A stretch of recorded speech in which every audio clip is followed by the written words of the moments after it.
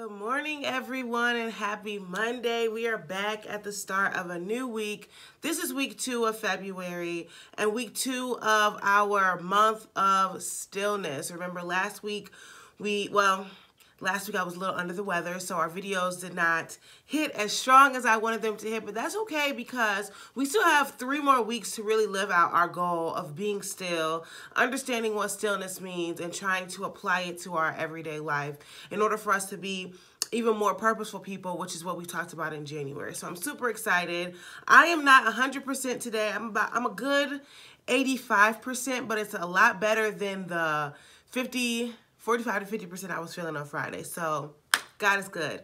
Anyway, let's go ahead and get right to today's goal because I'm running behind for work and I got to go. So as always, God is blessing us. He's always going to be blessing us. This week, what we're going to talk about is being restful or resting or being at rest, which is another facet or subcategory of stillness. So remember, last week we introduced what our theme was for the month, which was stillness, and we define that as not moving, but also fully trusting God or fully trusting in the plan that He has laid out for your life or the purpose that He has set in front of you. So that is what we mean when we're talking about being still, not obviously like not moving or anything like that, but just trusting the purpose that, you know, you're walking into. So this week, our focus is going to be on rest and resting, being at rest, why it's important to rest, which I'm sure everybody knows. Well, I won't say everybody knows because I think I said it last week about that meme that's out there, like, you know,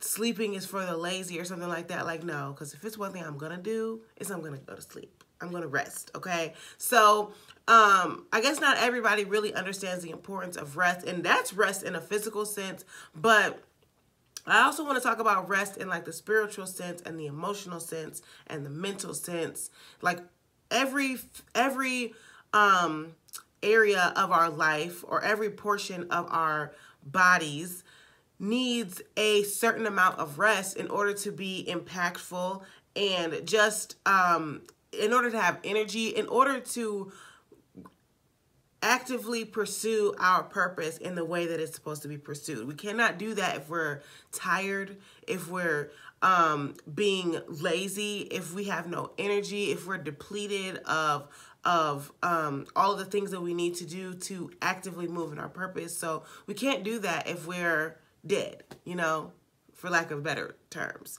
So this week we are focusing on rest. And the definition of rest, well, one of the definitions of rest that I saw that I love and I really want to focus on this week is freedom from activity or labor. Okay, freedom is what we're going to focus on, but freedom from activity or labor. So this week, and on Wednesday, we'll really get into what this, answering this question or figuring out how to answer this question is, what are some things that we are doing, either present tense or some things that we have done in the past, or even situations that we have found ourselves in or that we're presently in.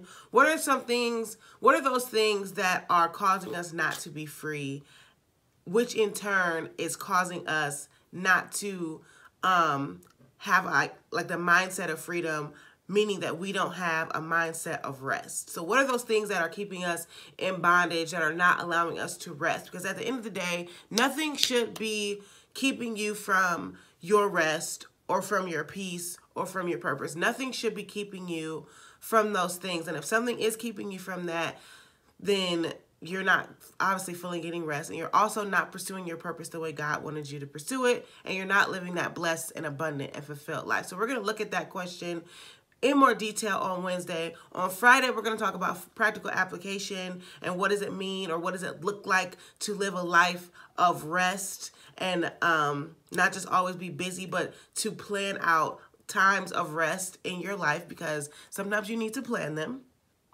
Just like you plan to go to bed at night, sometimes you need to plan to have moments of rest, whether it be from your family, from your friends, from your job. You need to have planned moments of rest. And then on Saturday, I do plan on going live with a special guest. I don't even know who the special guest is yet, so I guess it'll be a surprise to all of us. But yes, thank you guys for all of your prayers and in my health because I am feeling a lot better. So thank you. But yeah, so I look forward to this week and us talking about rest, and I hope everyone has a great Monday and a fabulous Tuesday, and I will talk to you guys again on Wednesday. Bye.